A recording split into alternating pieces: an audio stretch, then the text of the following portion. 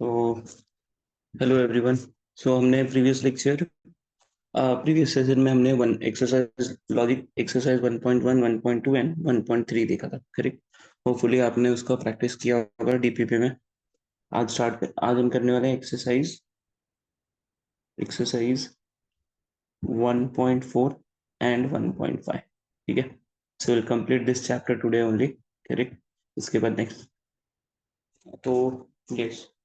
So exercise 1.4 में basically तीन question है। So that question is based on the rule of negation. Second question is based on if then को remove करके आपको without if then से statement लिखना। And the third one is basically a law, correct. तो law बहुत लोगों को difficult लगता है, करेक्ट। और लॉ का यूज भी है एक्सरसाइज 1.5 में। ओके, सो पहले समझ लेते हैं फर्स्ट क्वेश्चन। एक्सरसाइज 1.4 का क्या दिया है, using the rule of negation right the negation of the following statement. तो प्रीवियस लेक्चर में मैंने आपको बताया था रूल ऑफ निगेशन कैसे सॉल्व करने का। उसके लिए हमने चार ये देखे थे, चार ऑपरेटर के ऊपर अप्लाई किया था rule of negation compound statement का। सो एक बार वापस रिवाइज कराओ, होपफुली आप समझेंगे। Negation of p and q है। सो जब भी ऑपरेटर एंड रहेगा तो आप क्या करोगे, दोनों में निगेशन डिस्ट्रीब्यूट करोगे, एंड का क्या हो जाएगा, और हो जाएगा। फिर देन निगेशन ऑफ पी और क्यू है तो again the same rule, the negation will be distributed on both the statement, negation of P as well as negation of Q। अब और है तो क्या हो जाएगा, एंड P implies Q में negation कैसा होता है, like it will be like first term will be as it is, there will be no changes, correct. जो पहला स्टेटमेंट है एज इट इज रहेगा, बीच में एंड, दूसरे स्टेटमेंट में निगेशन लगा देना। अब इसका डबल इम्प्लीकेशन रहा तो सेम रूल फॉलो करेंगे जैसे आपने यू इंटू वी रूल पढ़ा होगा।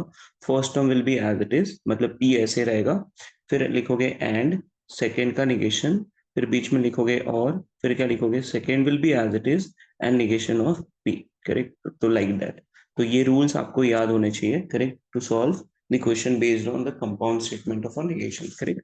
तो ये आना ही चाहिए आपको। तो अगर नहीं आ रहा है तो दो तीन बार प्रैक्टिस करोगे लिख के तो आ जाएगा, कोई डिफिकल्ट तो है नहीं इसमें। तो लाइक अगर मैं इसके बेस क्वेश्चन करूँ, एक्सरसाइज 1.4 का क्वेश्चन मैं वन कर रहा हूँ। तो जैसे कि अज्यूम करो कोई भी स्टेटमेंट आपको दिया है, जैसे मैं रैंडमली कुछ क्वेश्चंस ले रहा हूँ, पी और negation of q and r है, लाइक दैट। अब मैं क्या करूंगा, क्वेश्चन जैसे भी दिया ना, उस क्वेश्चन के ब्रैकेट के बाहर आप क्या लगाओगे, निगेशन लगाओगे। ओके, अब निगेशन आपको मालूम है बीच में कौन सा ऑपरेटर है, एंड। तो you have to distribute the negation sign on both the terms after and before the operator, correct. तो यहाँ पे मैंने निगेशन इसको भी दे दिया और इस ब्रैकेट को भी दे दिया, तो ये क्या हो जाएगा, पी और निगेशन ऑफ क्यू। ठीक है, अब ये निगेशन ऑलरेडी हो चुका है, अब यहाँ पे हम निगेशन डिस्ट्रीब्यूट करेंगे। So this will be behave as negation of p, और का क्या हो जाएगा, and negation negation will get cancel and this will be like negation of p and q and negation of r. So this will be your final answer. अब यहाँ पे ना उन्होंने जस्टिफिकेशन आपसे पूछा है, what will be the justification, simple. आपको सारे ऑपरेटर्स के नाम याद होने चाहिए इन मैथमेटिकल। तो इसको कंजंक्शन कहते हैं, इसे कहते हैं डिसजंक्शन, है ना, इसे इम्प्लीकेशन, इसे कहते हैं by by conditional either double implication आप कह सकते हो। सो यहाँ पे हमने इस ऑपरेटर का निगेशन लिया तो इस ऑपरेटर को कंजंक्शन कहते थे, तो आप यहाँ पे लिखोगे निगेशन ऑफ कंजंक्शन। ठीक है, यहाँ पे आपने किसका, इस फंक्शन का, मतलब इस ऑपरेटर का बेसिकली आपने निगेशन लिया। So this is known as what, negation of disjunction. So that's it, खत्म। तो ऐसे ही करने हैं आपको क्वेश्चन, करेक्ट। अगर इम्प्लीकेशन आया तो आपको मालूम है पहला टर्म एज इट इज रहेगा, दूसरा विल बी, करेक्ट। तो एक क्वेश्चन और करता हूँ, होपफुली थोड़ा सा और क्लियर हो आपको। सो अज्यूम करो कि मैंने एक रैंडम क्वेश्चन लिया, पी और निगेशन ऑफ क्यू इम्प्लाइज है P and negation of Q को, करेक्ट। तो जो भी क्वेश्चन दिया रहेगा उसके बाहर क्या लगाओगे आप, negation sign. The first term will be behave as it is, क्यों, क्योंकि बीच का ऑपरेटर क्या है, इम्प्लीकेशन है। तो पहले से पहले टर्म में निगेशन हो नहीं हो, आपको पहला टर्म एज इट इज ही रखना। फिर बीच में क्या आ जाएगा, एंड, और दूसरे टर्म का निगेशन लगा दोगे आप। तो this will B P and negation of Q. अब निगेशन सर साइन यहाँ पे बाहर है, सो आपको क्या करना पड़ेगा, डिस्ट्रीब्यूट करना पड़ेगा यहाँ पे। सो this will be like P, और negation of q will be as it is, and will be as it is negation of p, and का क्या हो जाएगा, और फिर निगेशन निगेशन कैंसिल होकर क्यू हो जाएगा। तो यहाँ पे आपने किसका निगेशन किया, इसको क्या कहते हैं, इम्प्लीकेशन। तो बाजू में लिखोगे निगेशन ऑफ क्या लिखोगे, इम्प्लीकेशन, है ना। यहाँ पे आपने किसका किया, एंड का, एंड को क्या कहते हैं, कंजंक्शन, है ना। तो निगेशन ऑफ कंजंक्शन, बस इतना ही। So this will be your first question, correct. Hopefully आप रिमेनिंग क्वेश्चंस आप ट्राई करेंगे खुद से, करेक्ट, और नहीं आए तो बोलना। अब आते हैं क्वेश्चन नंबर 2 पे। तो क्वेश्चन नंबर 2 में आपको क्या दिया है, आपको क्वेश्चन में ना इफ देन लिखा रहेगा, मतलब P इम्प्लाइज Q दिया रहेगा, लेकिन उन्होंने बोला है कि without using if and then आपको ये लिखना है। बहुत ही इंपॉर्टेंट है, बहुत जगह पे सीईटी में भी आपको ना बहुत जगह पे स्टेटमेंट में आंसर यही लिखा रहेगा, लेकिन इसको डिफरेंट फॉर्मेट से लिख के देंगे वो, करेक्ट। तो आप कंफ्यूज मत हो जाना, करेक्ट। तो यहाँ पे आप सिंपल सा लॉजिक याद रखेंगे कि अगर कोई भी स्टेटमेंट P इम्प्लाइज Q में, तो उसका इक्विवेलेंट रिलेशन जो होता है निगेशन ऑफ P और Q हो जाता है। तो मतलब पहले स्टेटमेंट में निगेशन लगा दो आप और दूसरे को एज इट इज रखो, correct. So that is the rewriting the statement without using if then.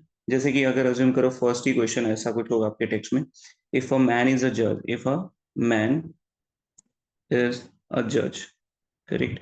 If a man is a judge, then he is honest, then he is honest, then he is honest. तो आपको ढूंढना है operator, तो operator क्या है, if then ही रहेगा। This is only valid for if and then, correct.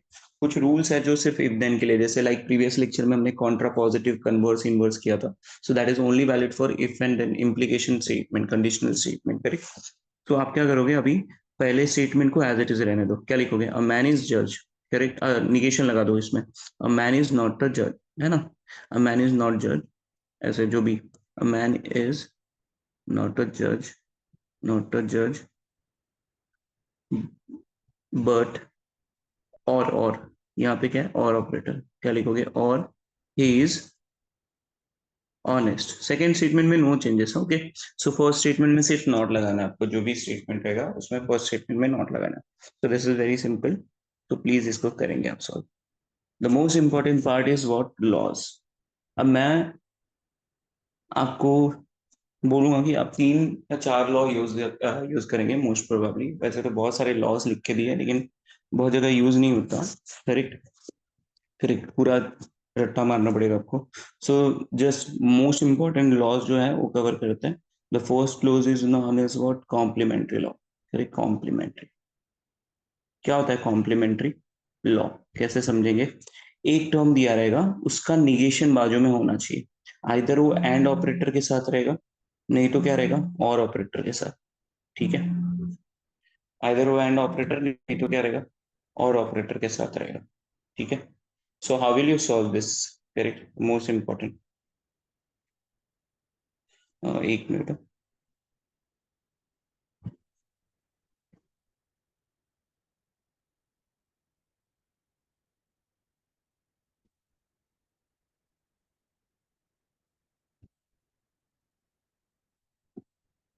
Okay,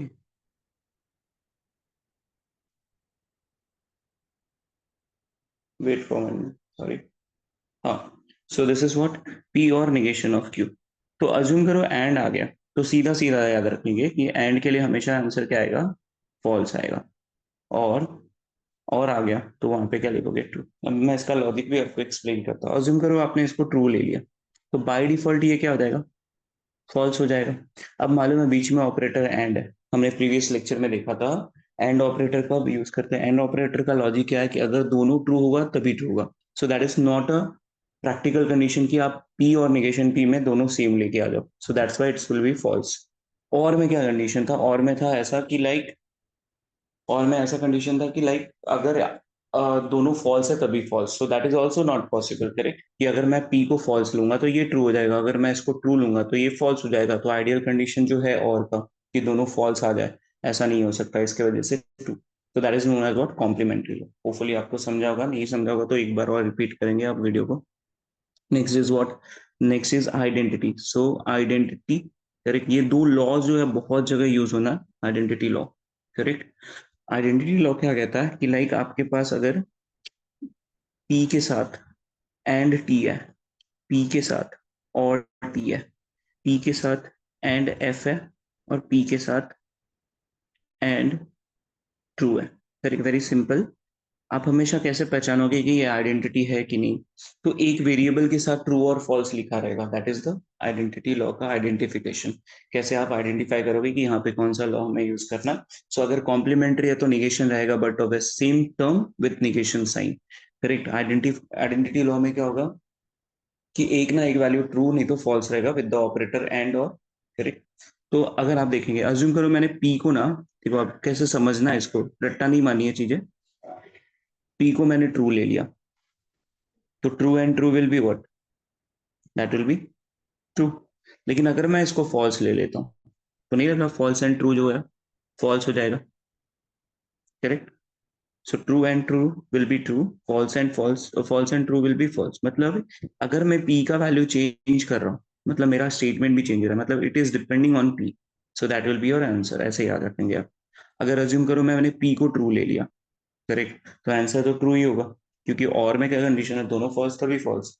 लेकिन यहाँ पे अगर मैंने पी को ट्रू की जगह पे अब फॉल्स ले लिया, अभी भी मेरा आंसर चेंज नहीं हो रहा, मतलब ये पी पे डिपेंड नहीं कर रहा, किस पे डिपेंड कर रहा है, टी पे, तो इसलिए इसका आंसर क्या आ जाएगा, टी।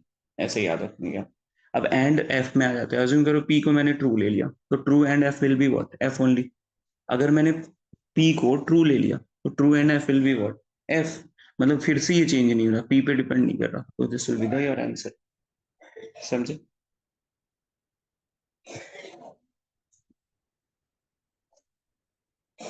यहाँ पर कुछ करेक्शन है, एक मिनट आया।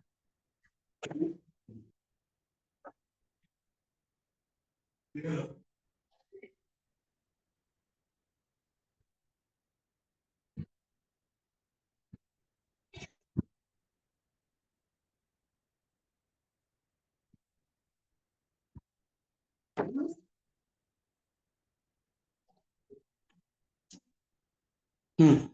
तो द नेक्स्ट इज व्हाट, जैसे मैंने यहाँ पे एक करेक्शन होगा, पी और टी ले लिया, पी एंड एफ, दोनों टी ले लिया ना, यहाँ पे एफ लेना पड़ेगा ना मुझे, एक मिनट। हाँ, तो पी एंड टू ले लिया, पी एंड एफ ले लिया, पी एंड लेते हैं यहाँ पे, और एफ ले लेते हैं, ठीक है। तो अब देखो अगर मैंने पी को ट्रू अज्यूम किया, करेक्ट, तो ट्रू और false will be what, false. लेकिन पी को अगर मैंने फॉल्स अज्यूम कर लिया तो दिस विल बिकम फॉल्स, मतलब इस पी पे डिपेंड कर रहा है, इस पे डिपेंड नहीं कर रहा, तो this will behave as p. समझे आप? होपफुली आपको इतना समझा होगा, correct. So this is known as what, identity law. Then next होता है डिस्ट्रीब्यूटिव लॉ। अब distributive law very easy, like मैंने नॉर्मल लेक्चर में भी आपको समझा था कि कैसे सॉल्व करना है उसको। अज्यूम करो आपके पास 2 टाइम्स ऑफ x + 3 है, तो आप इसे कैसे डिस्ट्रीब्यूट करते हो, 2 × x, 2 × 3, करेक्ट। तो मैं सेम वैसे अब बता रहा हूँ कि अज्यूम करो मेरे पास एक ऑपरेटर है p एंड q और r, करेक्ट। तो मैं इसे कैसे डिस्ट्रीब्यूट करूंगा, p एंड q, फिर क्या आ जाएगा और, एंड ये क्या आ जाएगा, p and r। So this will be like distribution, ठीक है। So this is known as what, distributive law. So this is the most 3 important law जो हम बहुत ही रैंडमली यूज करेंगे हर क्वेश्चन में। सो ये 3 लॉ तो आने चाहिए, करेक्ट। Correct, most important. अब आते हैं, एक क्वेश्चन था आपके इसके टेक्स्ट बुक में जहाँ पे बाई कंडीशनल लॉ यूज हो रहा था, तो होपफुली आपने बाई कंडीशनल का निगेशन पढ़ा होगा, करेक्ट। अब इस लॉ को हम by conditional law, sorry, by conditional negation का जो रूल था उसके अकॉर्डिंग ही सॉल्व करेंगे, ओके। तो what is by conditional law, simple सा याद रखेंगे आप कि इसमें क्या हो जाएगा, उल्टा करेंगे, करेक्ट। निगेशन ऑफ पी करेंगे पहले, वहां पे एंड था तो यहाँ पे और करेंगे क्यू, ऐसे आप याद रख सकते हो। वहां पे बीच में ना और था तो यहाँ पे हम एंड कर देंगे और लिख लेंगे निगेशन ऑफ क्यू और P. So this is known as what? Biconditional law. So this four law is very important. Please just remember this three, this four. मतलब तीन को भी याद किया तो चलेगा, करेक्ट, बहुत जगह यूज होना है, सिंप्लीफाइड सर्किट में भी यूज होना है। अब इसके बेस कुछ रैंडम क्वेश्चंस करते हैं, करेक्ट, सच दैट कि आपको समझ में आए। तो हमेशा देखो कभी भी लॉ वाले क्वेश्चन जब भी आप सॉल्व करोगे ना, हमेशा ट्राई करो कि कुछ ना कॉमन दिखेगा आपको। लाइक मैं फर्स्ट कुछ क्वेश्चन रैंडमली ले रहा हूँ, जैसे कि अज्यूम करो कि ये आपका क्वेश्चन है पी और क्यू, करेक्ट, एंड लिखा पी और निगेशन ऑफ क्यू। हमेशा आप ट्राई करेंगे, ये सिंप्लीफाइड सर्किट के लिए भी लॉ सेम आइडेंटिफिकेशन आपको करना है कि आपको चेक करना है कि यहाँ पे कहीं ना कहीं आपको कुछ कॉमन दिखना चाहिए, not p and q, as well as operator भी कॉमन दिखना चाहिए। कभी भी आप सॉल्व करोगे तो हमेशा आइडेंटिफाई चेक करोगे, कहीं ना कहीं से आपको कुछ ना कुछ कॉमन दिखेगा, पी के साथ कुछ ऑपरेटर, इधर क्यू के साथ कुछ ऑपरेटर, इधर निगेशन पी के साथ ऑपरेटर, ऐसे कुछ कॉमन दिखेंगे। तो यहाँ पे देखो अगर आप देखोगे तो पी और क्यू, डायरेक्टली लॉ मत अप्लाई करना, डायरेक्टली लॉ की तरफ नहीं जाना, हमेशा पहले ट्राई करेंगे कि कहीं ना कहीं हमें कुछ कॉमन मिले। अगर कॉमन मिल गया तो वेल एंड गुड, अपने आप वो लॉ आपको खुद बताएगा कि कौन सा लॉ यूज करना है, करेक्ट। थोड़ा सा सिंप्लीफाई होने के बाद, करेक्ट, तो डायरेक्टली आप लॉ अप्लाई करने बैठेंगे नहीं, करेक्ट, समझे आप? चलो, तो पी और क्यू है, पी और क्यू दोनों में मुझे ना पी और दिख गया कॉमन। तो अब क्या बचा? क्यू बचा, बीच में एंड बचा, निगेशन ऑफ क्यू बचा। अब आपको मालूम है this will go confirm complementary, q q है और इसके बाजू में नेगेशन क्यू है, तो कॉम्प्लीमेंट्री में हमेशा याद रखना एक ही स्टेटमेंट एंड रहेगा तो क्या हो जाएगा, वो फॉल्स हो जाएगा। तो यहाँ पे क्या हो गया, पी और एफ। अब आपको दिख गया यहाँ पे आइडेंटिटी क्यू, क्योंकि एफ आने की वजह से। तो मैं रट्टा नहीं मारने बोल रहा हूँ, आप खुद से यहाँ पे ना एक वैल्यू ले लो, अज्यूम कर लो, अज्यूम करो यहाँ पे टी आ गया, तो टी और एफ क्या हो जाएगा, टी। यहाँ पे लेकिन फॉल्स आ गया तो क्या आ जाएगा, फॉल्स। मतलब इसके वैल्यू चेंज होने की वजह से स्टेटमेंट भी चेंज हो रहा है, मतलब ये पी पे डिपेंडेंट है। So that is known as what, the law concept. समझे? होपफुली आपको समझा होगा। फिर एक दो तीन क्वेश्चन और है जो आप प्रैक्टिस करेंगे, by conditional law and all. सब में पहले हमेशा याद रखेंगे कि आपको पहले कुछ ना कुछ कॉमन लेना है, then after that you have to simplify and apply the law, correct. आते हैं लास्ट एक्सरसाइज पे, correct, exercise 1.5। So that is based on what, मतलब सर्किट है, और बेसिकली सर्किट आपको ड्रॉ करना है as well as simplified circuit बनाना है, आइदर सिंबॉलिक फॉर्म दिया रहेगा उससे से। तो इसके लिए सबसे बेसिक कंसेप्ट है कि अगर दो स्विचेस, करेक्ट, दो स्विचेस अगर आपके पैरेलल में, करेक्ट, जैसे अज्यूम करो कि मैंने यहाँ पे एक सर्किट ड्रॉ किया जहाँ पे दो सीरीज, चलो पहले सीरीज ले लेते, तो दो सीरीज, दो सर्किट स्विचेस जो है सीरीज में, अज्यूम कर लो switches, switch one and switch two are in C. तो आप हमेशा इसको लिखेंगे, एस वन को हमेशा लिखेंगे let p is equals to s one is close, ऐसे। भले से ये आपको ओपन दिख रहा होगा, करेक्ट, तो ये ओपन नहीं है, प्लीज इसको कंसीडर करेंगे क्लोज। सारे स्विचेस जो होते हैं क्लोज होंगे यहाँ पे, करेक्ट, क्योंकि अगर ये मैं अगर इसको ज्वाइन कर दिया, so it will behave as single line, so आप आइडेंटिफाई नहीं कर पाओगे कि स्विच है कि नहीं। तो देख, मैं यहाँ पे एज अ रेजिस्टेंस आइडेंटिफाई कर सकते हो, है ना, यहाँ पे नहीं कर सकते। So P is equals to one, S one is close, Q Q is equals to क्या लिखोगे, S two is close, correct, like that. तो इसका सिंबॉलिक फॉर्म जो होता है बेसिकली पी एंड क्यू होता है, करेक्ट। सीरीज में एंड होता है, पैरेलल में और हो जाएगा अगर ये चीजें ऐसे लिखी हुई है, करेक्ट, तो स्विचेस पैरेलल में। So what you have to write, s one और ये एस टू है, तो आप इसे क्या लिखोगे, पी और क्यू। समझे? होपफुली समझा, करेक्ट। इसी के बेस्ड हमने करना है concept that is based on what, the switching circuit, correct, important है। आप बोल सकते हो सिंप्लीफाइड सर्किट ज्यादा पूछते हो लोग, करेक्ट। तो जैसे कि रैंडमली एक क्वेश्चन ले रहा हूँ, करेक्ट, तो अब नेक्स्ट क्लिक, देखो जी, एक रैंडमली क्वेश्चन लेते हैं, इसमें थोड़े से कंसेप्ट एक्सप्लेन हो गया, करेक्ट। अज्यूम करो कि मैंने एक सर्किट ले लिया, ऐसे कुछ सर्किट लेते हैं। अज्यूम करो कि आपके टेक्स्ट बुक का ही क्वेश्चन है, करेक्ट, तो ऐसे कुछ स्विचेस है, करेक्ट, ऐसा कुछ तो था। तो ऐसे कुछ स्विचेस है, ठीक है। अब अज्यूम करो मैंने यहाँ पे लिख लिया एस वन, यहाँ पे लिख दिया एस टू, यहाँ पे अगेन एस टू, यहाँ पे लिखा एस थ्री, और यहाँ पे लिखा एस वन का कॉम्प्लीमेंट, ओके। सो आप क्या करोगे, सो देखो हमेशा स्विचेस यहाँ से लेफ्ट से स्टार्ट करेंगे। तो एस वन है, एस वन के लिए लिख दिया मैंने पी। स्टार्टिंग में आपको पहले लिखना है, पहले आइडेंटिफाई करना है कितने स्विचेस है, एस वन है, एस टू, एस थ्री है। So just go through it, let s one is equals to p close, let's s two is equals to q close. अगर कहीं कॉम्प्लीमेंट है तो that will be also a complement close, correct. तो ऐसे लिखने के बाद तो एस वन पहले लिखा तो मैंने लिखा पी। अब पहले देखेंगे इसके नीचे है, नीचे मतलब पैरेलल है, पैरेलल के लिए और यूज करेंगे, एस टू है मतलब क्यू होगा।